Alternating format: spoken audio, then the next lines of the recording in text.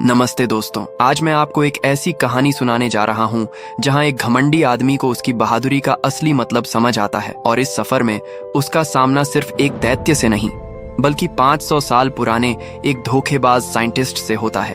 कहानी शुरू होती है फिनिस्ट से। फिनिस्ट, जिसे अपनी ताकत और प्रसिद्धि पर बहुत नाज है, अपने चेले एंडी के साथ एक खतरनाक काम पर निकला है जहाँ उन्हें जंगल से एक विशालकाय जंगली सुअर को पकड़ना था जिसने गांव वालों का जीना मुश्किल कर रखा था। फिनिस्ट ने एंडी से कहा, पूरी दुनिया मुझे हीरो मानती है, अगर मैंने इस सुअर को नहीं काबू किया तो मेरी इज्जत का क्या होगा। वह अपने छोटे से हथियार के साथ सुअर पर टूट पड़ा, पर उस पर कोई असर नहीं हुआ। जब एंडी ने मदद के लिए अपना हथियार चलाया तो वह सीधा सुअर की नाक में जा लगा, जिससे जानवर नींद से जाग गया और गुस्से से लाल हो गया। सुअर ने एंडी पर हमला किया, पर फिनिस्ट बीच में आ गया। उसने अपनी पूरी ताकत लगा दी, लेकिन उस जानवर को रोक नहीं पाया। एक झटके में सुअर ने फिनिस्ट को हवा में उछाल दिया। शुक्र है कि फिनिस्ट वापस आकर उसी सुअर की पीठ पर गिरा। एंडी ने तुरंत एक रस्सी फेंकी और फिनिस्ट ने फुर्ती दिखाते हुए रस्सी को सुअर के पंखों और सींग में बांध दिया। देखते ही देखते जो जानवर सबको डरा रहा था अब फिनिस्ट के इशारों पर नाच रहा था। फिनिस्ट उसे उड़ाकर गांव ले आया। गांव वाले खुशी से पागल हो गए और फिनिस्ट के नाम की जय जयकार करने लगे। भीड़ में बाबा यागा नाम की एक बूढ़ी जादूगरनी थी। उसने फिनिस्ट से कहा, ताकतवर हो तो मेरी एक चुनौती पूरी करके दिखाओ। मेरे घर के सामने जो बड़ा पत्थर पानी को रोके हुए है उसे हटा दो। फिनिस्ट को गुस्सा आ गया।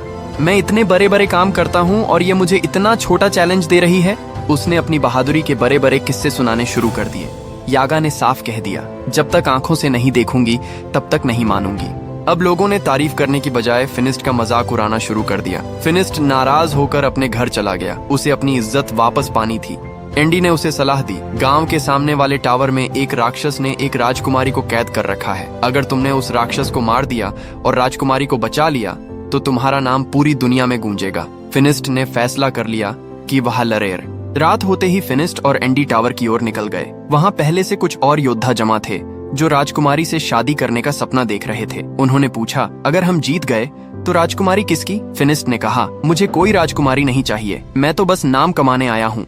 टावर में घुसने के बाद फिनिस्ट को राजकुमारी मिली। उसने फिनिस्ट को भाग जाने की सलाह दी। जब फिनिस्ट ने उसे रोकने के लिए हाथ बढ़ाया तो राजकुमारी पीछे हट गई। तभी पीछे से एक सांप ने फिनिस्ट पर हमला कर दिया। फिनिस्ट को तुरंत समझ आ गया कि यह कोई आम सांप नहीं बल्कि उस राक्षस की दुम है जिसका सिर शेर जैसा है।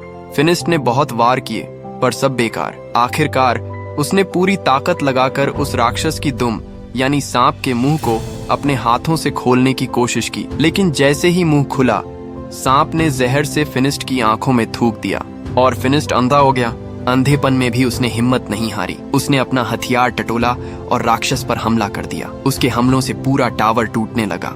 जब दूसरे योद्धा वहां पहुंचे तो उन्हें सिर्फ मलबे के नीचे दबा हुआ फिनिस्ट मिला। एंडी उसे घर ले आया। आंखें खोकर फिनिस्ट बहुत चिड़चिड़ा और गुस्सा वाला हो गया था। उसकी यह हालत एंडी से देखी नहीं गई और वह मदद के लिए यागा के पास गया और सारी कहानी बताई, लेकिन यागा ने साफ मना कर दिया क्योंकि जब उसे मदद की जरूरत थी तब फिनिस्ट ने भी उसकी मदद नहीं की थी।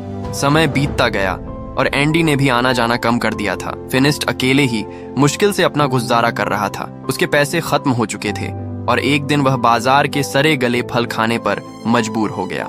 उसी दिन यागा वहां से गुजर रही थी। उसने फिनिस्ट को बाजार में खाली बैठा देखा। यागा का दिल पिघल गया। उसने चुपके से अपनी टोकरी से कुछ खाने का सामान फिनिस्ट की टोकरी में डाल दिया, लेकिन इससे पहले कि वे बात कर पाते गांव पर डाकुओं का हमला हो गया। फिनिस्ट देख नहीं सकता था, लेकिन आवाज से पहचान गया कि लोग मर रहे हैं। डाकू जैसे ही उसके पास आए उसने आवाज पर हमला किया। बिना देखे वह 2-3 डाकुओं से एक साथ फाइट कर रहा था। जब एक डाकू ने उसे रस्सी से बांधना चाहा तो फिनिस्ट ने वह रस्सी पकड़कर डाकू को घोड़े से नीचे खींच लिया और खूब धुनाई की, लेकिन पीछे से आए कुछ डाकुओं ने उसे बेहोश कर दिया। जब उसे होश आया तो वह एक जहाज पर था। उसके हाथ पांव बंधे थे। जहाज में यागा और कई गांव वाले गुलाम बनाए गए थे। तभी हमने देखा कि एंडी भी वहीं है, लेकिन वह आजाद घूम रहा था। उसने यागा को बताया कि उसने डाकुओं को यकीन दिलाया है कि वह उनकी मदद करेगा। एंडी ने डाकुओं से एक सोने का चिराग चुराया था जिसे बेचकर वह अमीर बनना चाहता था। जैसे ही उसने चिराग साफ किया उसमें से एक जिन बाहर निकला। जिन ने एक डाकू को हवा में उछाल दिया। डर कर एंडी ने जिन को वापस चिराग में जाने को कहा। जहाज कुछ ही देर में अरेबिया पहुंच गया। सभी गांव वालों को गुलामों के तौर पर बेचने के लिए खड़ा कर दिया गया। तभी एक नकाब पोश आदमी आया और उसने फिनिस्ट, यागा और एंडी को खरीद लिया। वह उन्हें अपने आलीशान महल में ले गया जहां रोबोट काम कर रहे थे।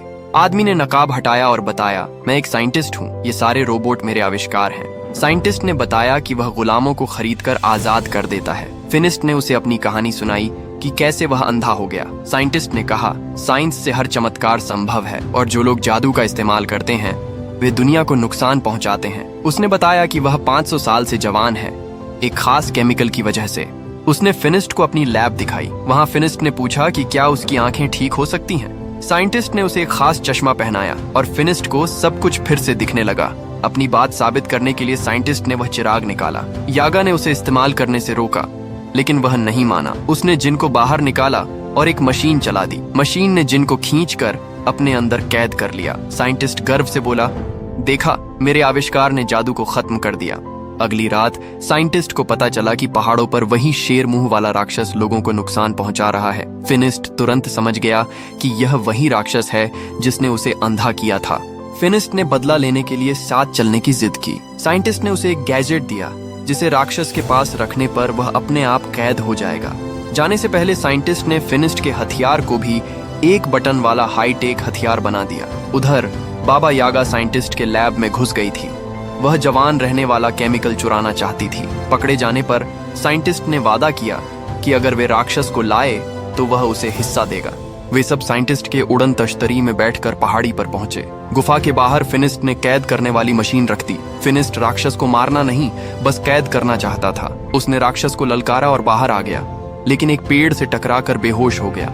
राक्षस बाहर निकला। इससे पहले कि वह फिनिस्ट को मारता, यागा ने जल्दी से मशीन ऑन कर दी। मशीन से जंजीरें निकलीं और राक्षस को खींचकर अंदर ले गईं। रात को आराम करते समय फिनिस्ट को पिंजरे से एक लड़की की आवाज सुनाई दी। यागा ने मना किया, पर प्यार में अंधे फिनिस्ट ने पिंजरा खोल दिया। अंदर वही राजकुमारी थी।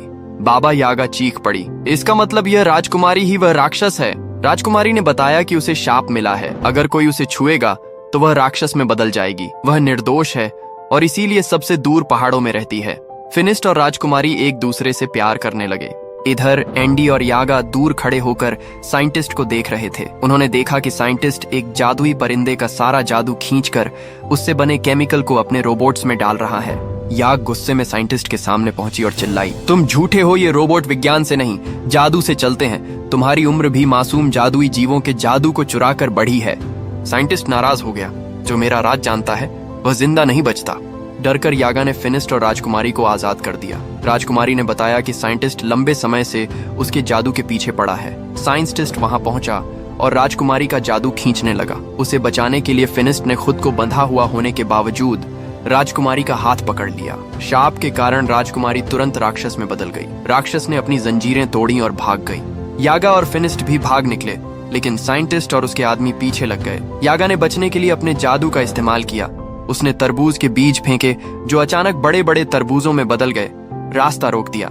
साइंटिस्ट ने अपना सबसे बड़ा हथियार और एक विशालकाय टर्टल रोबोट निकाला, जिसे वह और एंडी मिलकर चला रहे थे। वह तोप के गोले बरसाने लगा। फिनिस्ट जानता था कि अगर टर्टल रोबोट एक बार उल्टा हो गया तो वह सीधा नहीं हो पाएगा। उसने यागा से कहा, तुम इसका ध्यान भटकाओ।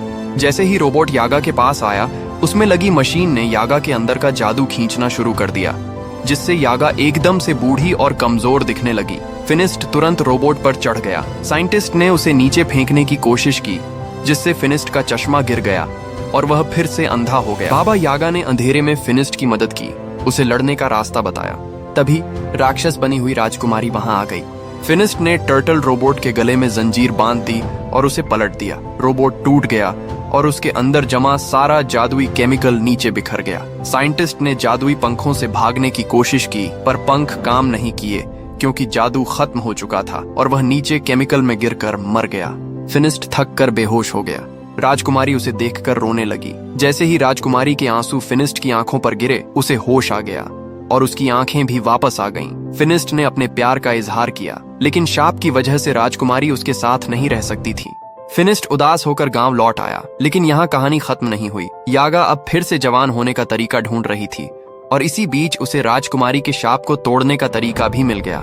वह फिनिस्ट के पास गई और उसे खुशखबरी सुनाई। अब उनका अगला मिशन था उस शाप को तोड़ना। ये काम हमें शायद इस फिल्म के अगले पार्ट में देखने को मिलेगा, जिसका हमें बेसब्री से इंतजार रहेगा। अगर आपको ये कहानी पसंद आई है तो वीडियो को प्लीज लाइक करें और ऐसी कहानियों के लिए हमारे चैनल को सब्सक्राइब करना ना भूलें। मिलते हैं अगली वीडियो में।